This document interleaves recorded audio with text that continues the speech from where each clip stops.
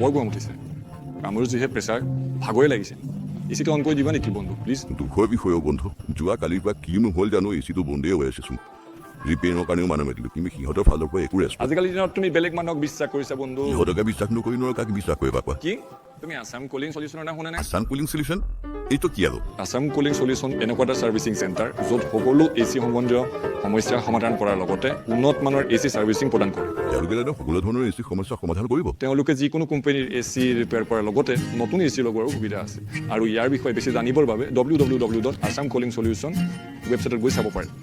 এতিয়াতো আমাৰ গুৱাহাটী বৈশিষ্ট্য চাৰিআলি পাটৰকুচিটো উপলব্ধ আৰু অধিক জানিবৰ বাবে আপুনি 8133888534 নম্বৰটোত যোগাযোগ কৰিব পাৰে ASSAM Cooling Solution,